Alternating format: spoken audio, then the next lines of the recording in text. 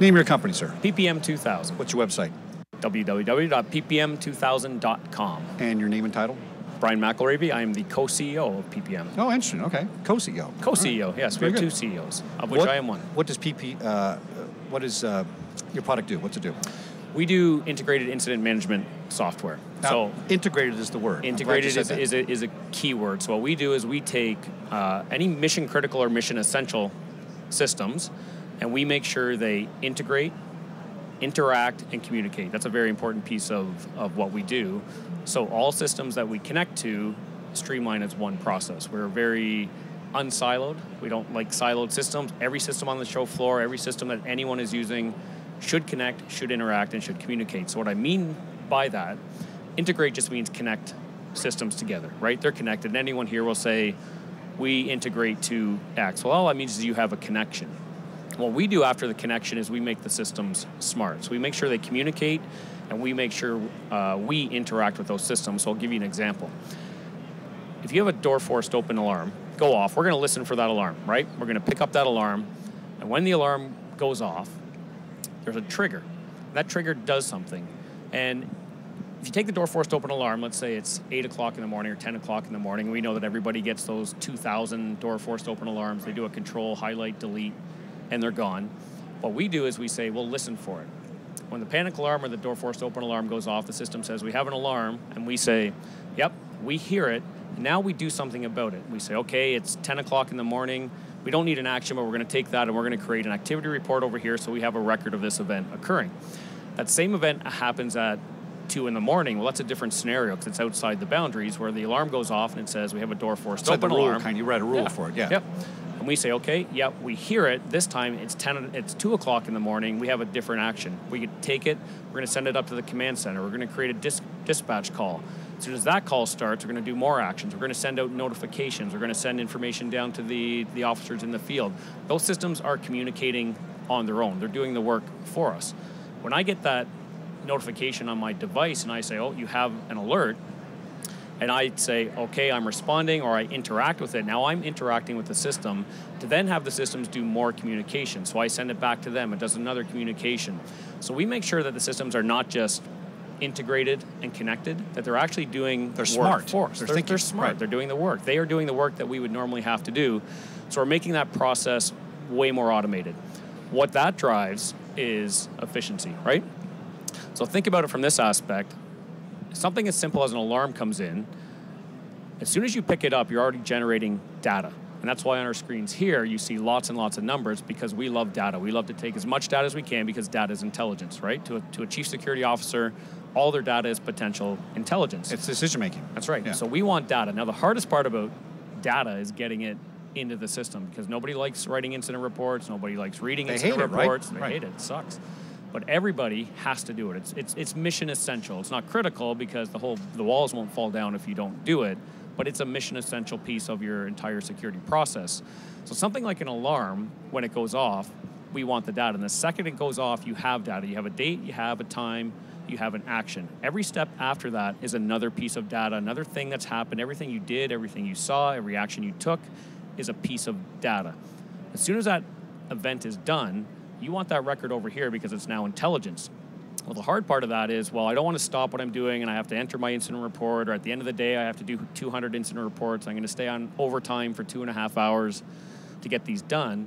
As soon as that trigger happens, as soon as you start doing information, we automatically start generating the report in real time. So everything they're doing is building the report. Once it's done, once they close it out and they say, we're done, that incident report is done. It's moved over here. They don't have to do anything else. So we've improved efficiency. And we actually have a study that shows one major client that took 45 minutes from the time the alarm came in to the time they actioned it. They found the appropriate camera. They found the logbook to call the right person, closed it all out, then did the incident report. Was about 45 minutes. That's too long. It's way too long. A lot can happen. We brought it down to 45 seconds to 3 minutes total. Fabulous. Yeah, so think of the efficiency on that. Right. So not only are you getting the reports in, but you've actually reduced the time to get those reports done because you've automated. So that's the concept of integrating and communicating and interacting, that the systems interact. They do the work for us because they can do it now. I've always thought that it's really mission critical. Here's why.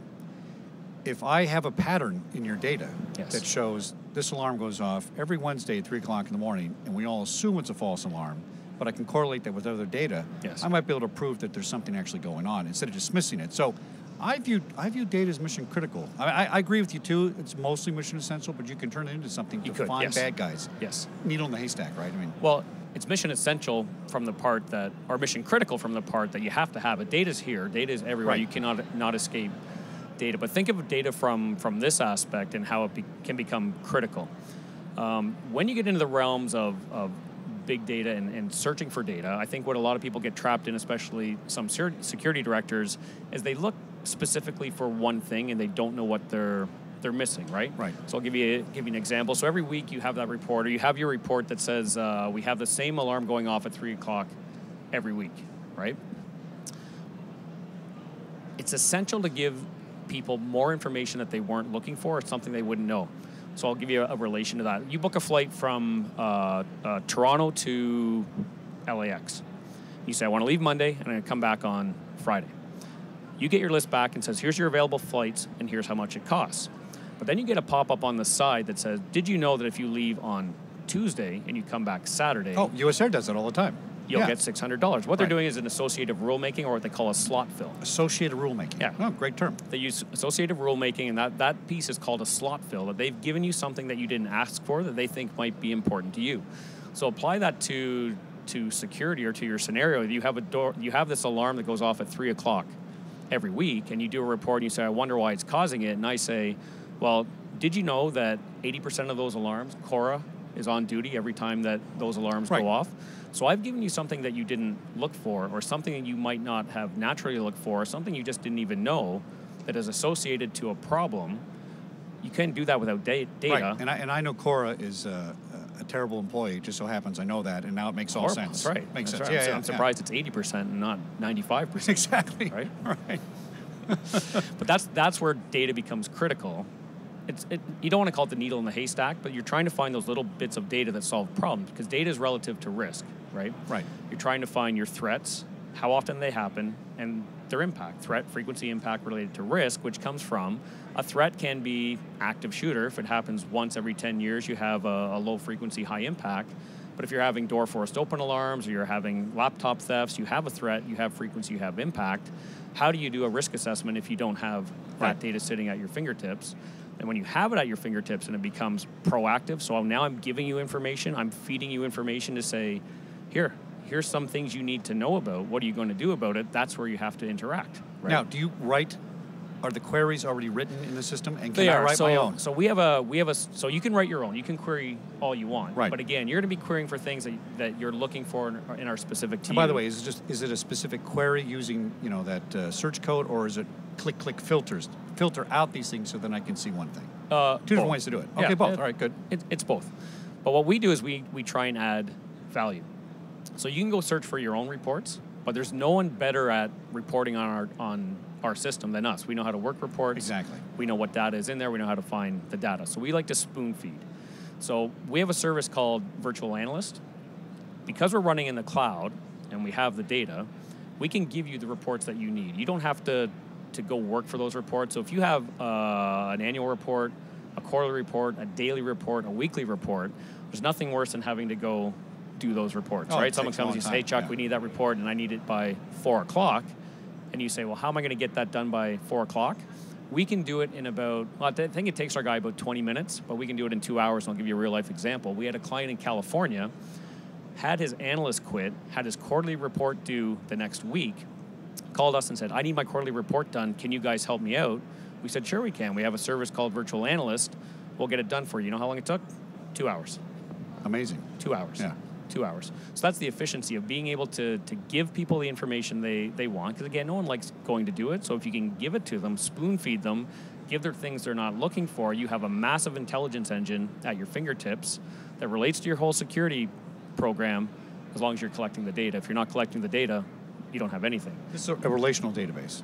Relational database, at the base, and how many data fields and tables you got? Oh, data hundreds fields, and hundreds. Hundreds and hundreds of fields, and if our fields aren't in there, you can go add your own fields. Right. Yeah, hundreds of fields. What kind of company would use this? So let's say a 50-person guard company should use it, but it's a cost prohibitive for them to get into that kind of thing. Yeah, but it's not cost prohibitive anymore. Everything that's in the cloud or Right. subscription base is relatively cheap per user. I mean, it's not the old days of you need $800,000 capital purchase to get into an incident management system. Yeah. It's subscription based. It's per user. It's relatively inexpensive to get up and running. Now, when I used you guys at Disney, I think I just basically used the report writing module, and this is back in 2002. Yeah, a lot's changed since then. It has changed, Oh, yeah. but that was a very resilient program at the time. And what we used Yes. to do is save all those data fields, and we'd do some reports. I would export it into Access, and then write my own queries to really... Sorry, what year was this? 2000. Access? Well, I know, but that's what we had, right? In Yeah. fact, before I Yeah. even found out about you guys at Fox, I wrote a 125 table database at Wow. Fox to do report writing, because there's things they have in the market wouldn't even put a license plate. You can only put one license plate. I need 5 license plates. Well, we don't That's do right. that. That's right. You know? Yeah. So it was scalable, and so I learned a Yeah. lot about that. And I know how powerful it is because of that. Yes. So yeah, your program seems, just looking at the things, we'll do a video in a minute, it really has changed into...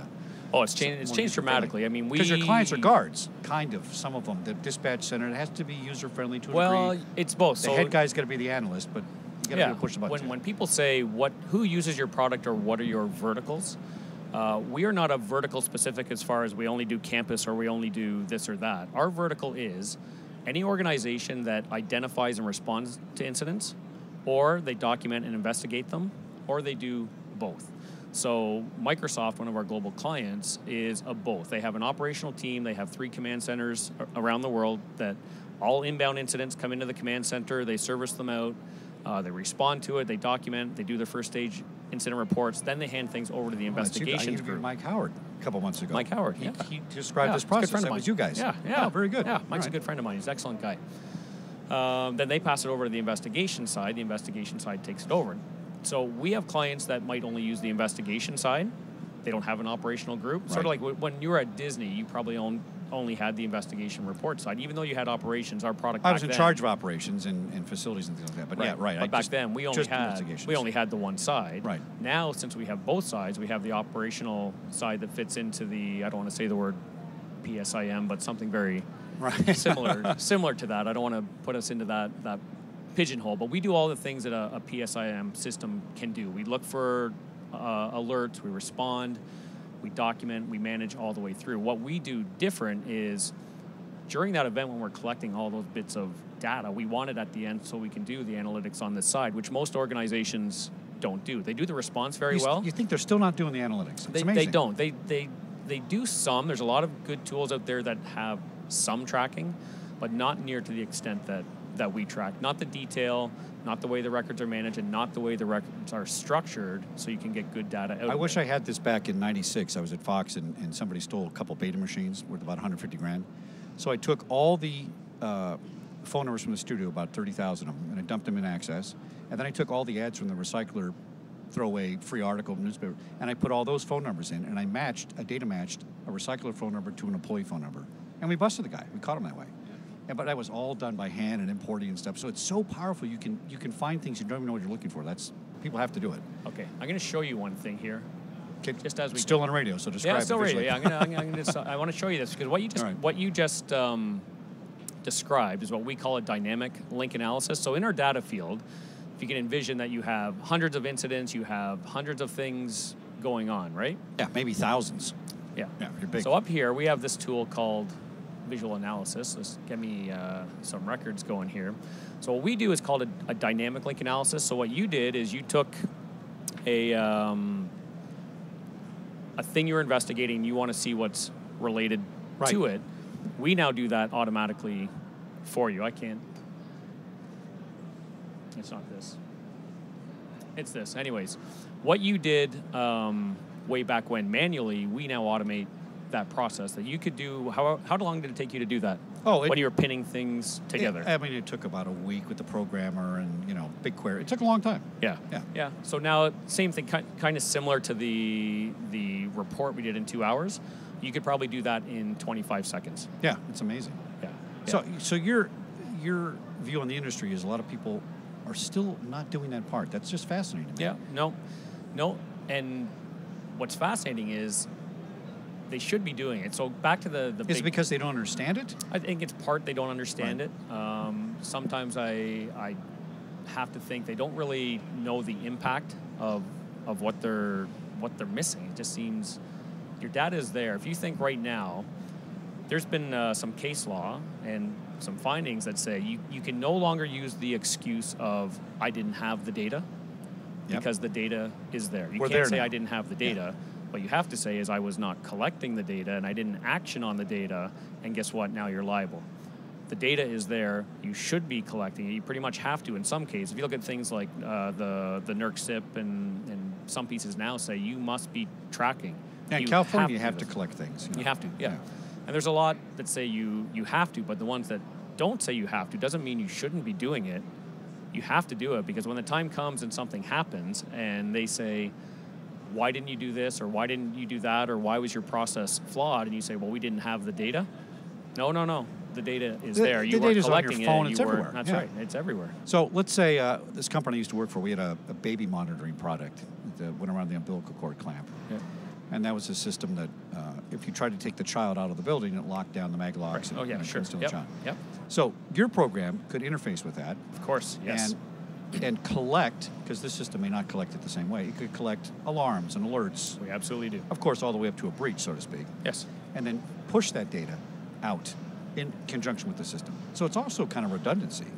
Because in other words, you have a single point of failure with that system, but if it's tied into yours, you may be able to pick up something and keep the information flowing, whereas that system may have failed during an alert. Yes. Everything's locked down, it kind of stops, right? That's 100%. So again, when you connect the systems together and the systems communicate, if one system does go down, you have another system that's still sending out information, still interacting with other pieces, and you're building a bigger piece. When you have one system, you have that baby monitor doing something, and you have an event and it locks it down.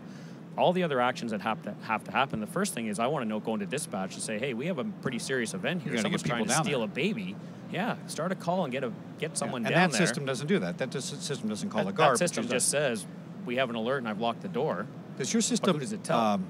Does it back up other systems' data? I mean, if you collect it, I see that. But let's say, would you pull something out of the baby system as an incident and save it as your version of the incident? Oh, yes, 100%. Okay. We actually, a few of the systems we do, and that's the benefit of the system. One of the tools we work with that is an event handling tool. So they do a really good job of listening for the alarm, actioning alarm, collecting all the video, and everything this operator does will be collected in their records. We sync it in real time to our incident record, and we bring everything over. So if you want to read what happened, you can read it in ours, you can read it in theirs. So it does act as a backup, but it's also in a different format. Right. Because those events are going to be alarm events, and they're going to be over here. But I want to see all of my events in the same format. So my alarm events, my tried to steal a baby event, my laptop theft event, my active shooter event, I want everything to be in the same format over here so I can read it and I can understand it. Every time I go to look at something, I say, okay, I know what's on this page, I know what's here, I know the video is all stored over here. Whereas when you have multiple systems and you say, okay, I have to go over here and see what happened on that event, and I'm going to go over here and look at the video, and then I have to go over here and read a report on this. Right.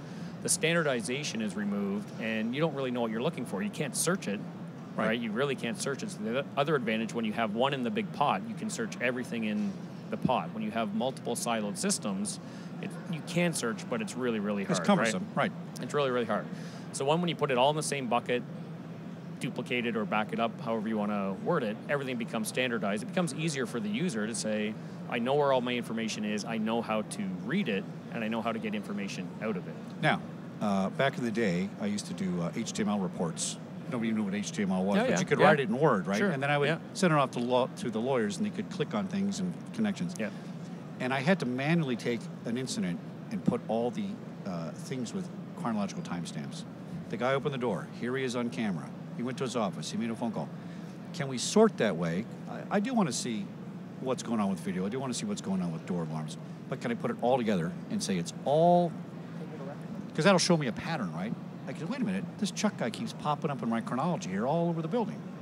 Now, I could do it with a query if I knew what I was looking for, but sometimes visually you can just kind of see things sorted and find patterns in it that way too. So we can have a simple... Oh, it's... chronological view or something. Chronological view, incident view.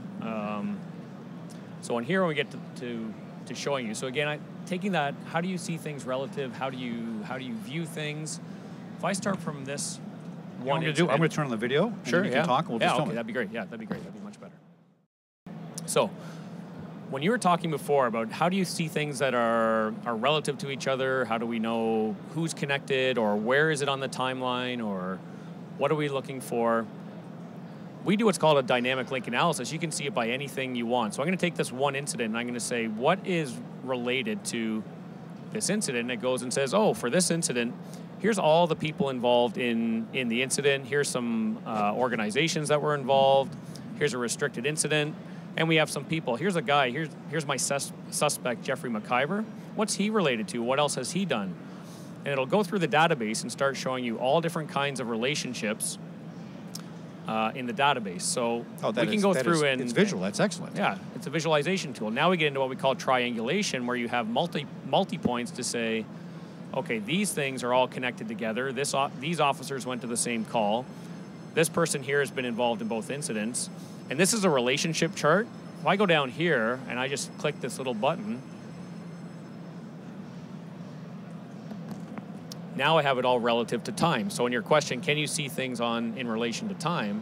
Simple click of a button, the time bar is at the top, all of the incidents are pinned to the time bar.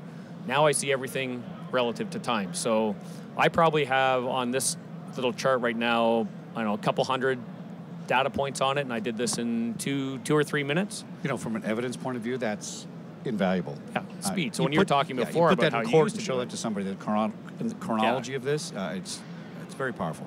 Yeah, and this is one of the extraction tools. So back when you were doing the HTML reports and inserting things and pinning things on timelines, ours is all right there, and it's just based on data. All we're doing is giving extraction tools for data and saying, here it is. How do you want to see it? Do you want to see it on a timeline, on a relationship graph? Do you want to see it on a map? Do you want to see it on a Excel sheet because you want to tie it into more data? So I learned something talking to the lesser boost on the peripheral here. I guess you got to have points in order to get inside the middle, right? So you've been doing this a long time. How long has the company been around? Well, the company's been around 25 years. Okay. I've been here 14 years. So, okay. Yeah. And so, when did you take the leap from when I was at Disney with probably around, so yeah, that's a good question. In 2006, Perspective was released. Now this is on version 4.5. So the product's called Perspective. The one you used was called IRAMS. Yeah, IRAMS, that's right. Yeah. This is called Perspective. It was released in 2005. It's on version 4.5 right now.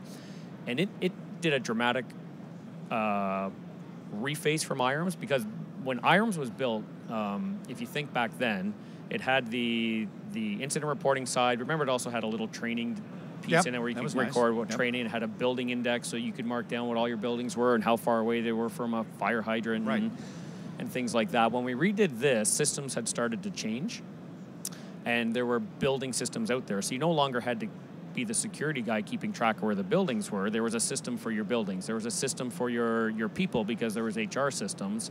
So we focused it just on incident management.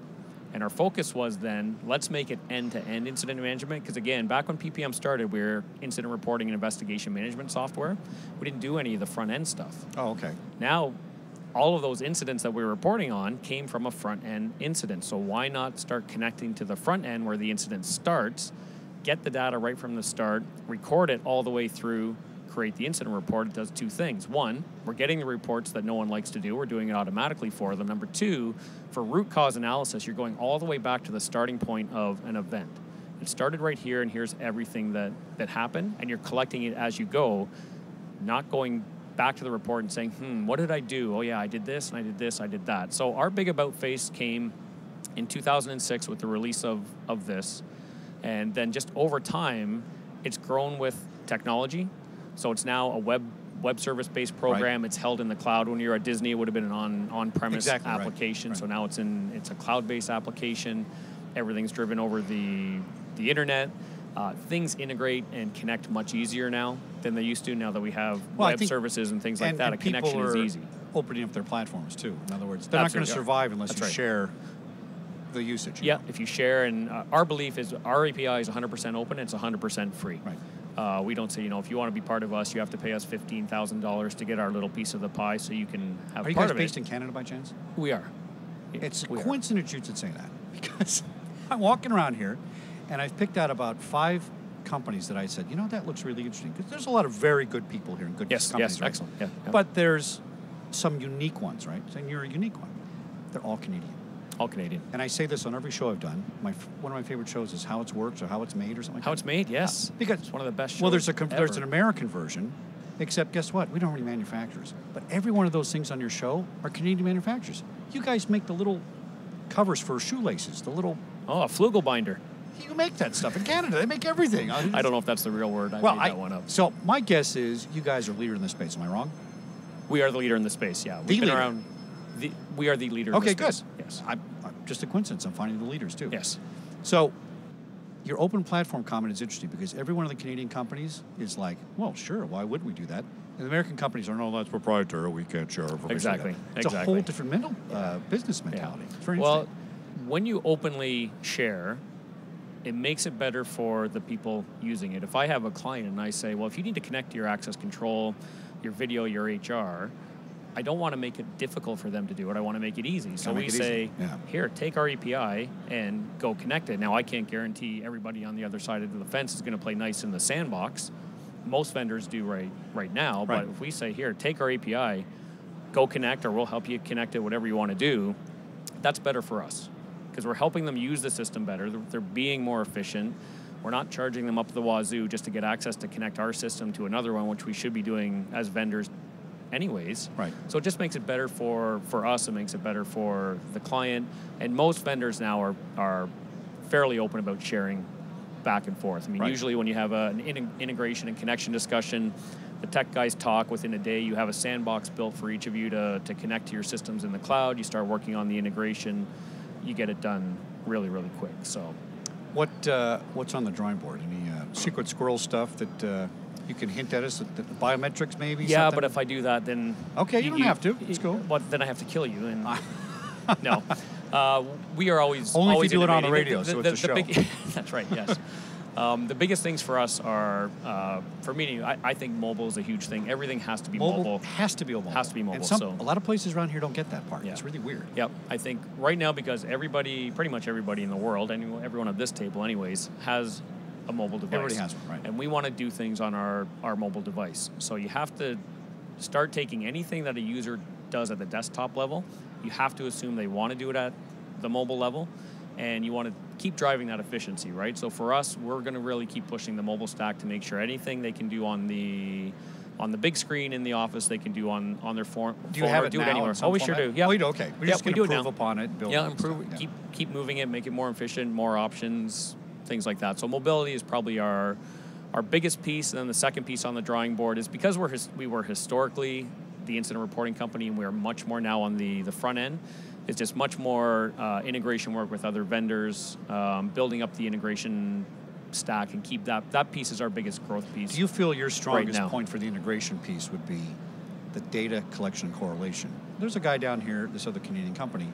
He takes Google 3D mapping, converts it into a 3D map for your building. Fordham. They're fabulous. Yeah, out of Montreal. Yeah. So he has a lot of visual data, but you could take his data and put it into your central system as a report. He does something very similar, but it's more live incident management where you could archive the data. You could work with him. Yeah, we do work with them actually. Right, we have an integrated deployment with them. So basically, it's kind of the same concept. If you picture them more of a situational awareness when something happens, they take a 3D model and say, here's what's happening. But when they're doing that 3D model and they have something happening in a building, they're still collecting data points of everything that they're tracking in their piece. And again, at the end of the day, what Fordham does, they do really, really well. But when the event's over, they don't have an incident reporting engine to say, take all of this data and put it over here. Right, okay. So they integrate to us, and when their piece is done, everything they did in their event comes into our engine. You're going to take his data, you're going to take the checkpoint system's data, you're going to put it all together, and you're going to put it in a nice analytical report that I did. And that visualization with the tree, that's fascinating. Yeah, it makes it easy for people to understand. Relational databases is a hard concept, difficult concept for people to grasp. But you visualize it, it's easy to grasp. Yes. Here's the suspect. He's tied into all these things. People say, wow, this is powerful. That's right. And visualizing something like that is so much easier for people. I could show you that same information linearly. I could do the same chart, the same information, and say, here it all is, Chuck. 200 rows. Translate, But your eyes roll up in your You head, would just stare at it. Yeah, you'd get 3 lines in and you'd say, I don't know what's connected here. and you'd have to get all your pins out and start pinning things around. But you visualize that, and I did that in like a minute and a half, right? So this and is how really, much do you get out of there? This is really almost. Yeah, it's cool. It's one of the few systems that actually does look like the movies. Yes. Really? Yeah. You know. I call it high tech cool. I think Yeah. it's high tech cool. Pretty It looks good. neat. It's cool. Well, this has been a great conversation. It has, yes. Yeah. You want to come on the show and do a whole hour one day? I would love to. All right. Did we just do an hour? We did 30 minutes. Okay, Just I'll do about. an hour. Yeah. Yeah, anytime. I'd love to. Yeah, excellent. Thank you Well, very thanks much, for sir. coming on the show. All right.